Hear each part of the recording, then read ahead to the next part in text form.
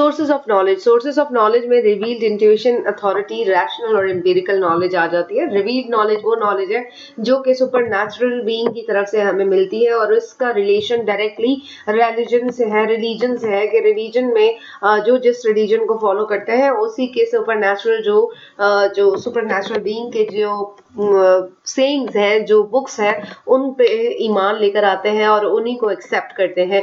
और वो जो नॉलेज होती है वो ह्यूमन कॉन्सेप्शन से अलग होती है और उसको वो खुदा का मैसेज होता है, वो गॉड का मैसेज होता है जो कि मैन जो है वो डिस्क्लोज करते हैं। और अल्लाह ताला अपने ही बंदों को ये पावर देते हैं, ये इंस्पिरेशन देते हैं कि उस ट्रुथ को अनक्लोज करें, डिस्क्लोज करें, उसको राइट डाउन करें ताकि लोगों को वो मैसेज प्रॉपर तरीके से समझ आ सके। ये एक्सटर्नल नॉलेज है, इस वर्ड से अलग नॉलेज है। इसमें जो नॉलेज दी जाती है वो टोटली किसी एक इंसान को किस तरह से उस सोर्स जो सुपर नेचुरल बीइंग के जो बात है वो किस तरह से पहुंचानी है और किस तरह से उसने उस चीज को प्रैक्टिस करना है, प्रैक्टिकली अमल करना है। और सुपर नेचुरल बीइंग इंटायरली बहुत ज्यादा इटर्नली सुपीरियर है और उसमें कोई गलती नहीं हो सकती, कोई झूठ नहीं हो सकता। इसी जैसे इस्लामिक ट्रेडिशन में कुरान है, कुरान में अथॉरिटेटिव नॉलेज कंसिडर की जाती है, रिवील्ड नॉलेज है, ये सोर्स ऑफ नॉलेज है। और इसी में आप मुस्लिम तभी होते हैं जब आप उस कुरान को एक्सेप्ट करते हैं, आप उस पे ईमान लेकर आते हैं। इसी तरीके से क्रिश्चियनिटीज में अगर देखें, क्रिश्चियंस जो है वो क्रिश्चियन फोल्ड ड्रीम्स है, विजन है और बाइबल है जिसको एक्सेप्ट करते हैं, नेमिंग अ फ्यू। और रिवील्ड नॉलेज में बहुत सारे और भी मज़ाहिब हैं जिनके जो मुकद्दस किताब है उनके मुताबिक जो है वो लाइफ स्पेंड करते हैं। रिवील्ड नॉलेज एसोसिएटेड है कि आप किस तरह से मैसेज को इंटरप्रेट करते हैं। ये किसी क्लासरूम सिचुएशन में टीचर समझा नहीं सकते, बल्कि इसके लिए आपको 24 आवर्स प्रैक्टिस करनी होती है। फिर आपके जो एल्डर्स हैं, आपके जो सोसाइटी के जो स्पीकर्स हैं, वो आपको वो मैसेज जो है वो कन्वे करते हैं, वो मैसेज आपको आप तक पहुंचाते हैं।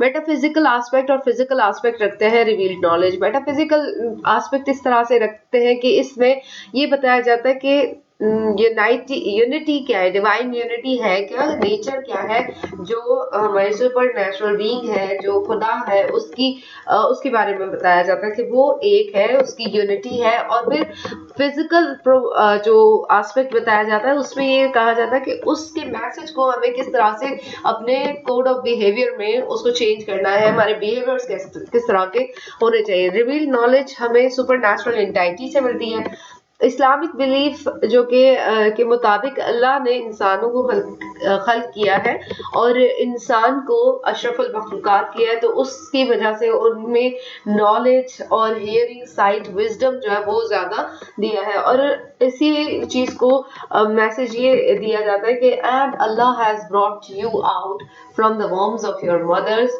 While you know nothing and he gave you hearing, sight, hearts that you might give thanks to Allah. Quran पाक में अल्लाह ताला फरमाते हैं कि जब आप अपनी माँ के पेट से जब पैदा हुए थे तो आप कुछ जानते नहीं थे, बल्कि आपको अल्लाह ने सुनना, देखना और आपकी दिल की धड़कन जो है वो दी ताकि आप चीजों को अंडरस्टैंड कर सके।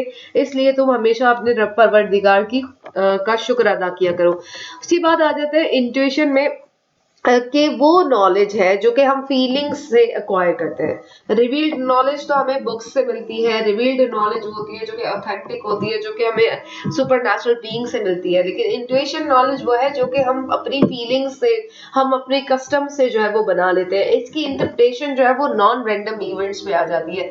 जैसे कि किसी मैजिकल इवेंट्स में कोई जो है वो जादू कर लेते हैं तो हम उस पर बिलीव कर लेते हैं। फॉर एग्जाम्पल, अगर आपने अक्सर ये सुना होगा कि 3 चीजें जब भी होंगी तो वो हमेशा खराबी लेकर आएंगी, बैड थिंग्स होंगी। जब वो कोई भी 3 इवेंट्स एक साथ होंगे, कोई भी 3 लोग एक साथ होंगे, तो ये कहाँ से आइडियाज आते हैं? ये आइडियाज इंसान के खुद के बनाए हुए आइडियाज हैं जो कि उन्होंने प्रैक्टिस की और उन्होंने 2-3 बार ऐसे किया कि काली बिल्ली जो है वो आगे आ जाती है तो रास्ता काटती है, तो कुछ ना कुछ बुरा होता है, तो आगे वो 1-2 बार के इवेंट्स के बाद उन्होंने इसी चीज को एक्सेप्ट कर लिया कि अगर आप कहीं किसी काम से जा रहे हो और आपके आगे जो है वो काली बिल्ली आ जाती है तो आपका वो रास्ता रोक लेती है। So that is the intuitive knowledge. Intuitive knowledge वो एबिलिटी है जो कि हम अक्वायर करते हैं without any reason.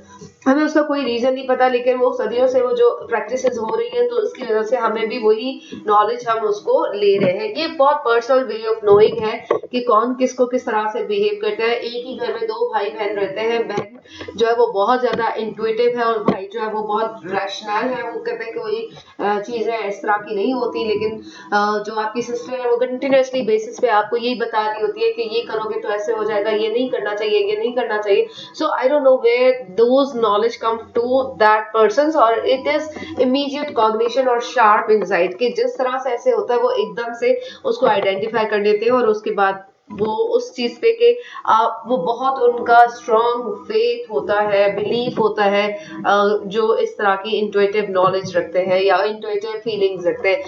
Human feelings बहुत ज्यादा इसमें ग्रेटर रोल प्ले करते हैं, क्योंकि इंट्यूटिव फैक्ट्स में ये कहते हैं कि देखा, अगर मैं घर से निकल रही थी तो अगर मैं ये ना करती, पीछे से मुझे कोई ना बुलाता तो मेरा आज काम हो जाता, तुमने मुझे पीछे बुला के मेरा काम खत्म कर दिया। तो वो फीलिंग्स उनकी फिर वो पूरी उनको कंटिन्यूअसली तंग कर रही होती है कि अगर इसकी वजह से आपका काम नहीं हुआ।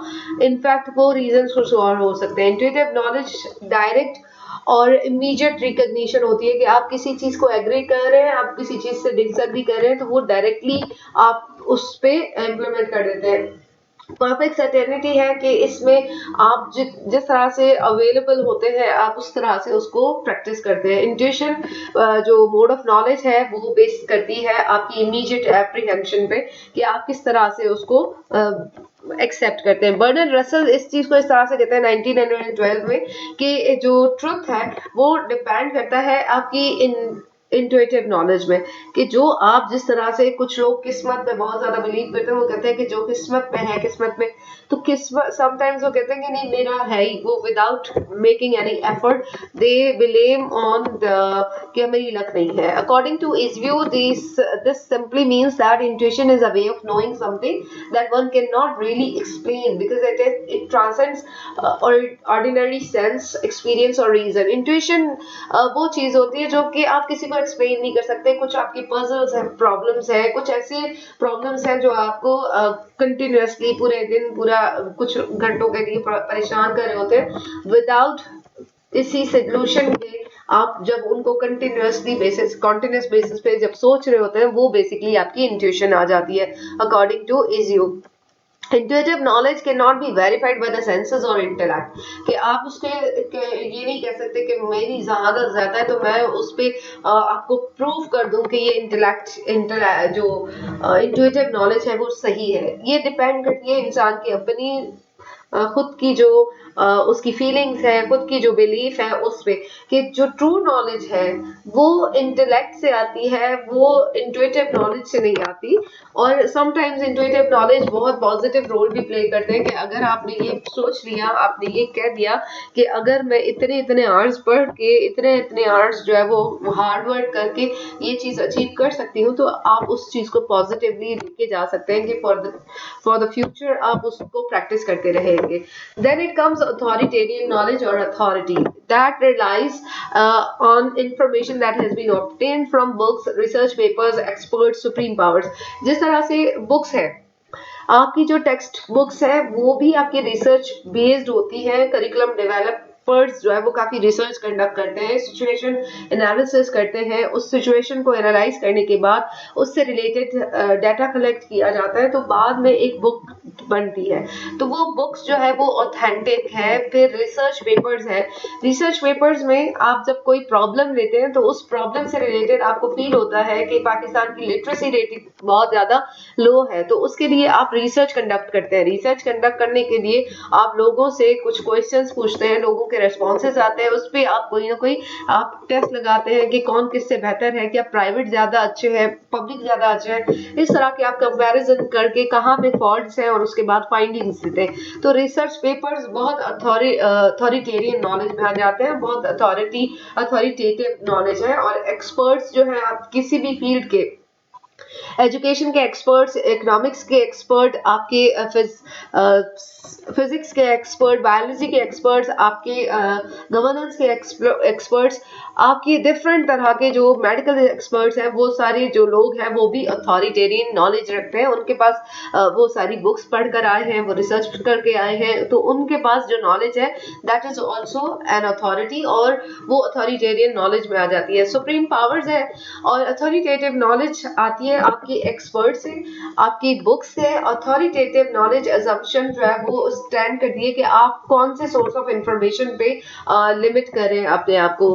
Then it comes rational knowledge. Rationalist believe कि जब जो भी नॉलेज है वो आपकी डिडक्टिव रीजनिंग से होती है, इंडक्टिव रीजनिंग से होती है। डिडक्टिव रीजनिंग इज कि सारे लोग जिस तरह से उसको कर रहे हैं, जब आप भी उस चीज को करते हैं आप, और उसको आप लॉजिकली रीजन के साथ आप कंडक्ट करते हैं, आप ये बताते हैं कि जो फॉर एग्जाम्पल अगर अमेरिकन एजुकेशन सिस्टम इस वजह से बेहतर हुआ है कि उनके टीचर्स को 1 ईयर लाइसेंस दिया जाता है, वो उस पे अगर प्रॉपर तरीके से इफेक्टिवली पढ़ाते हैं तो फिर उनको प्रमोट किया जाता है, उनके लाइसेंस को और ज्यादा 2 इयर्स के बाद उनको परमानेंट किया जाता है, 2 to 3 इयर्स तक, तब तक वो उनका रिन्यू होता रहता है। तो उससे ये होता है कि क्वालिटी एजुकेशन उनकी इंक्रीज हो रही है।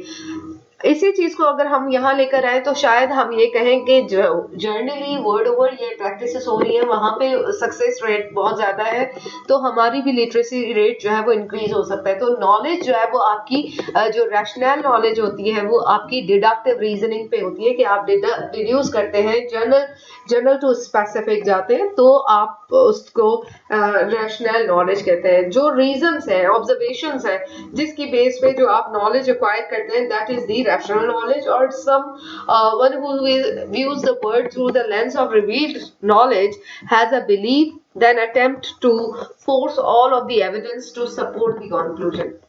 जब रिवील्ड नॉलेज की तरफ जो सोचते हैं कि रिवील्ड नॉलेज है कि हमारे जो होली बुक्स है उनमें जो नॉलेज है उसको हम किस तरह से टेस्ट कर सकते हैं, उस टेस्ट करने के साथ साथ हम अपनी नॉलेज को फर्दर जो बिलीफ है उनको पक्का कर सकते हैं, हम उन बिलीफ पे और ज्यादा प्रैक्टिस कर सकते हैं। It does not support the conclusion, is it either disconnected और डिस्कार्डेड। समटाइम्स ये नहीं होता कि जो आप रिवील्ड नॉलेज के साथ आप उसको कनेक्ट कर रहे हैं, हो सकता है वो आप उसको खत्म कर दें, हो सकता है वो आपकी उसके साथ डिसकंटिन्यूटी लेकर आए। तो कुछ लोग जो बिलीव करते हैं कि जो रैशनल नॉलेज है वो एविडेंस बेस्ड है, कि जब आप कोई एविडेंस देकर आते हैं तभी आप रैशनैलिटी की तरफ आते हैं। सो थ्योरीज जो कि बहुत ज्यादा प्रोबेबल है, जो कि एक्सेप्ट करती है पॉसिबिलिटी को कि रैशनल नॉलेज में आप इनकरेक्ट भी हो सकते हैं, आपकी जो नॉलेज है वो इनकरेक्ट भी हो सकती है, आप वो जो प्रैक्टिस कर रहे हैं वो डिस्कार्ड भी कर सकते हैं। रैशनल नॉलेज में एविडेंस, जिस किसी भी कंक्लूजन तक पहुंचने के लिए आपको एविडेंस की जरूरत होती है, उस कंक्लूजन तक पहुंचने के लिए जितने भी सबूत रिक्वायर्ड होते हैं उसको रैशनल नॉलेज कहा जाता है। रैशनलिस्ट ये प्रपोज करते हैं कि जो एक्टिव माइंड है उसमें जो इंफॉर्मेशन होती है वो ये है कि वो अपने सेंसेस को यूज करते हुए फर्दर जो है वो फर्दर जो नॉलेज है वो जनरेट करते हैं। रैशनलिस्ट ये बिलीव करते हैं कि हर एक चीज में वो रीजंस मांगते हैं, हर एक चीज के अगर कोई चीज कर रहे हैं तो क्यों कर रहे हैं, उसके पीछे क्या रीजंस है, क्या आपको जो रैशनलिस्ट का बिहेवियर होता है वो रीजंस बेस्ड होता है। सो उसके बाद आती है empirical knowledge. Empirical knowledge discover करती है बेसिक जो नॉलेज है हमारी सेंसेस से आती है, हम अपने सेंसेस से किस तरह से नॉलेज हासिल करते हैं। हमारे 5 सेंसेस हैं, तो जिस तरह से हम अगर किसी चीज को हम टच करके फील कर सकते हैं कि ये क्या है, सिल्क है, कॉटन है, और डिफरेंट आपके अदर जो जैकॉर्ड है, कोई भी आपके जो स्टफ है आप उसको फील कर सकते हैं। पानी है उसको आप फील कर सकते हैं, टेस्ट कर सकते हैं, आप देख के चीजों को बता सकते हैं, आप सुन के चीजों को बता सकते हैं। So these all are senses जहां से आप अपनी जो नॉलेज है वो अक्वायर करते हैं, एम्पिरिकल नॉलेज जहां से जनरेट होती है। फंडामेंटली इसका जो रूट है वो हमें सेंस में नजर आता है कि सेंस एक्सपीरियंस करेंगे तो जो नॉलेज आती है। इसीलिए बच्चे कहा जाता है कि जो छोटे बच्चे होते हैं उनको आप फ्री हैंड दें ताकि वो खुद एक्सप्लोर करें। जब वो एक्सप्लोर करेंगे अपने हाथों से, अपने आँखों से कुछ खुद वो चीज़ों को देख लेंगे तो फिर उनकी एम्पिरिकल नॉलेज जो है वो ज़्यादा इंक्रीज़ होती है। एम्पिरिकल नॉलेज जो है वो आपकी रियलिटी बेस्ड होती है, डायरेक्ट और इनडायरेक्ट हो सकती है। सेंसेस आप कभी उसको बिलीफ्स को जो है वो पर्सनली टच करके, पर्सनली आप उसको फील करके और पर्सनली आप उसको पर्सनल कांटेक्ट के बाद समझ सकते हैं। समटाइम्स आपको जो टीचर्स हैं वो बताते हैं तो यू टेक इट एज वो इम्पीरियसिस्ट जो है वो डिस्क्राइब इस तरह से करते हैं कि ये पैसिव माइंड में ज्यादा मैकेनिकल वे में काम करती है। एक्सपीरियंस मेमोरी एसोसिएशन जो है वो बहुत ज्यादा इसमें रोल प्ले करती है कि जब मेमोरी पिछली बार आपने कोई भी ऐसा काम किया था कि अगर आपने आग के करीब अपना हाथ रखा और आपका हाथ जल गया था तो ये आपकी मेमोरी में रह जाएगा और आप वो एक्सपीरियंस जो है वो मेमोराइज करते हुए दोबारा उस चीज तक नहीं लेकर आएंगे। या फिर एसोसिएशन कि कोई अगर आपको गिफ्ट दिया जाएगा तो उसके बाद आपको ये कहा जाए कि अगर आप ये चैप्टर पढ़ लेते हैं तो फिर आपको टॉफी दे दी जाएगी, चॉकलेट दे दिया जाएगा, तो उसको एसोसिएट कर देते हैं बच्चे और फिर उस तरह से वो बिहेव करना शुरू कर देते हैं। तो एम्फसाइज करते हैं कि आप किस बिहेवियर को किस तरह से लेके चलते हैं। So these were the knowledge, empirical, intuitive and revealed knowledge. ये सारी जो आपकी नॉलेज है, ये सोर्सेस ऑफ नॉलेज को जब आप गैदर करते हैं तो ही आप किसी प्रॉपर जो आपका कंक्लूजन है वहां तक पहुंच सकते हैं।